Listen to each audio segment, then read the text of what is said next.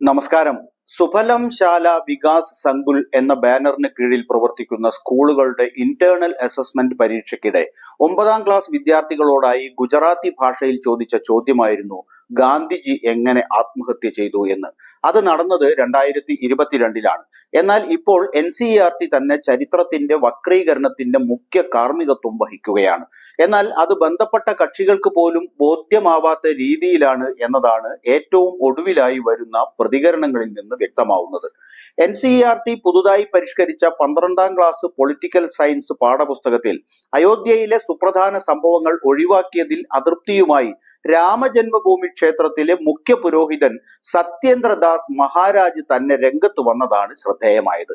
നിർണായക സംഭവങ്ങളുടെ പരാമർശം ഇല്ലാത്തതിനാൽ പാഠപുസ്തകത്തെ അപൂർണം എന്നാണ് അദ്ദേഹം വിശേഷിപ്പിച്ചത്.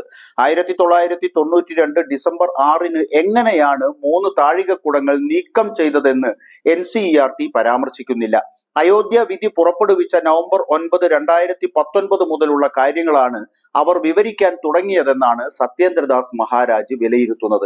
1949 ഡിസംബർ 22-ന് രാംലല്ല പ്രത്യക്ഷപ്പെട്ടതും പൂജ ആരംഭിച്ചതും എങ്ങനെയെന്ന് NCERT പരാമർശിക്കുന്നില്ലെങ്കിൽ അയോധ്യയുടെ മുഴുവൻ ചരിത്രത്തെക്കുറിച്ചും ഒരാൾക്ക് എങ്ങനെ ധാരണ ലഭിക്കും?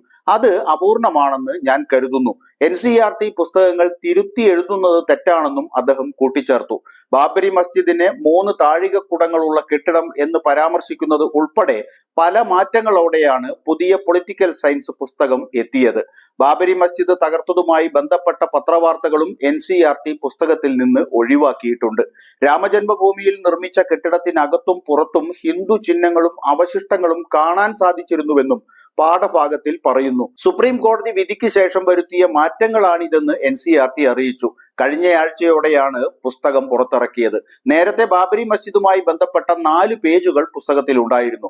ഇത് 2 പേജായി കുറച്ചു. എന്നാൽ കലാപങ്ങളെക്കുറിച്ച് കുട്ടികളെ പഠിപ്പിക്കേണ്ട എന്ന ഉദ്ദേശത്തിലാണ് പേര് വെട്ടിയതെന്നാണ് NCERT ഡയറക്ടർ ദിനേശ് പ്രസാദ് സ്കലാനിയുടെ പ്രതികരണം.